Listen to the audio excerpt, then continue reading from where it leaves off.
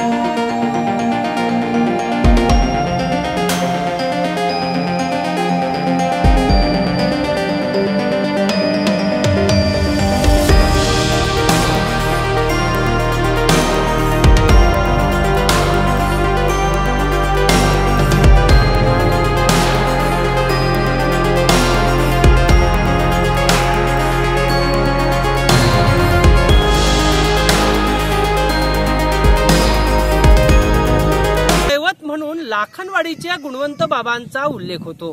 चांदूर तालुक्यातील लाखनवाडी येथे भक्तांसाठी या देवस्थानच्या संचालकांनी मोठ्या प्रमाणात प्रयत्न करून अनेक जनसुविधा या ठिकाणी उपलब्ध केल्या आहेत। आपण पाहतोय की हा लाखनवाडी संस्थांच्या संचालकांनी मोठ्या अथक परिश्रमातून व आर्थिक नियोजन करीत भव्य असं सभागृह या ठिकाणी तयार केलं आहे।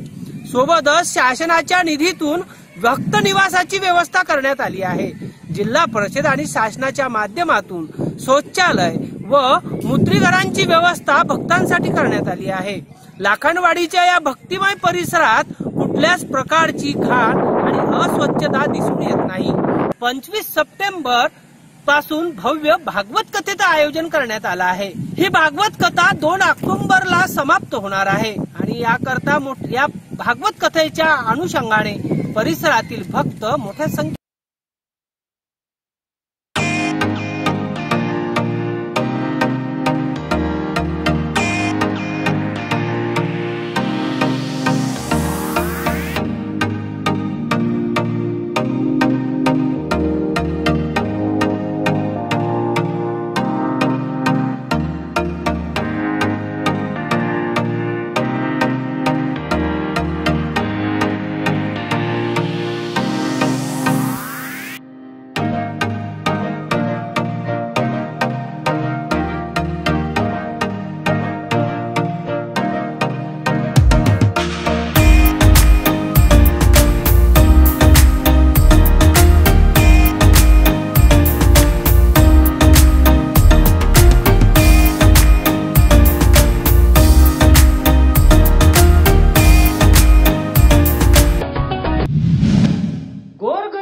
दैवत म्हणजे श्री गुणवंत बाबा आणि गुणवंत बाबांचं स्थान म्हणजे लाखनवाडी।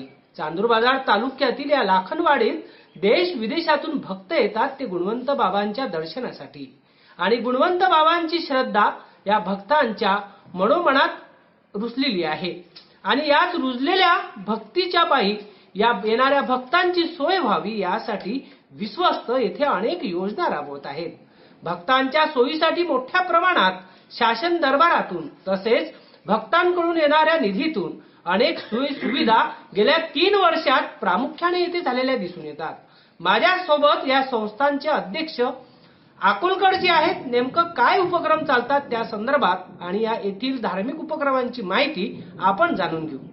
आमच्या इथे 25 सप्टेंबर ते 2 ऑक्टोबर पर्यंत श्रीमद भागवत सप्ताह हरिभक्त पारायण देवगोपाल महाराज शास्त्री जळगाव यांच्या सुमधुर वाणीतून 7 दिवसाचा जो प्रोग्राम राहतो, त्यानंतर 1 ऑक्टोबरला गुणवंत महाराजांचा गीत गायनाचा कार्यक्रम, तसेच 2 ऑक्टोबरला गुणवंत महाराजांच्या महाप्रसाद चालू राहतो आणि गावातून अशी भव्य मिरवणूक काढण्यात येते।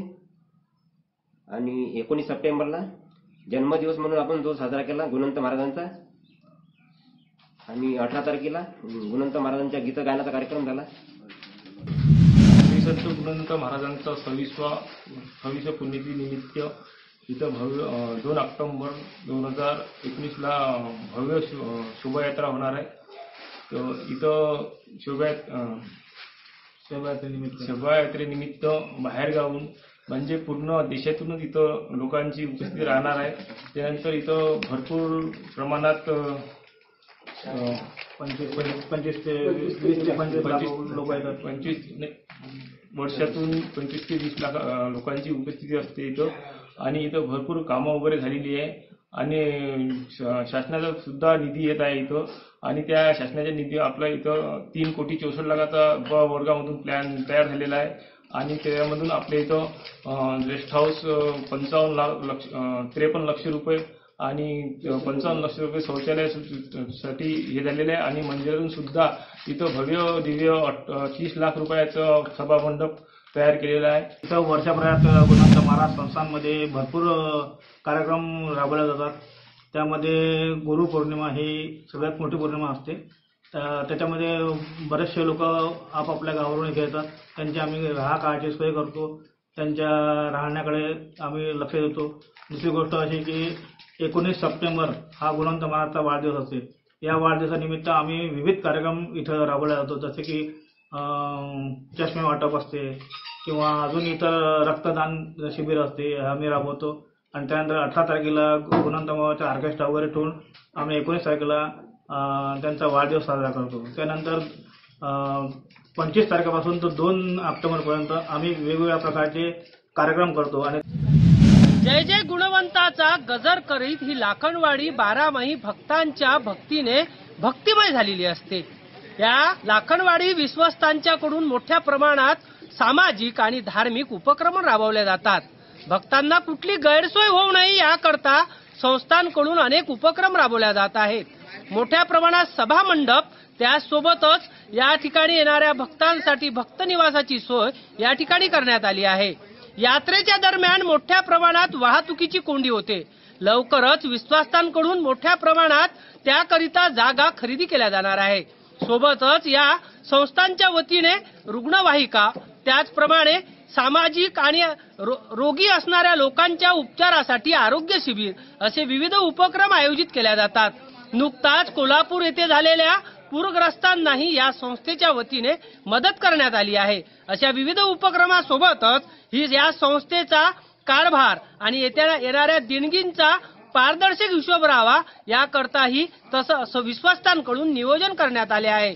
जय जय गुणवंतांचा गजर करत या संस्थेच्या वतीने येणाऱ्या 25 तारखेपासून भागवत सप्ताहाचंही आयोजन करण्यात आलं आहे. सानुकांसह जितेंद्र रोडे, अध्ययन समाचार लाईव्ह.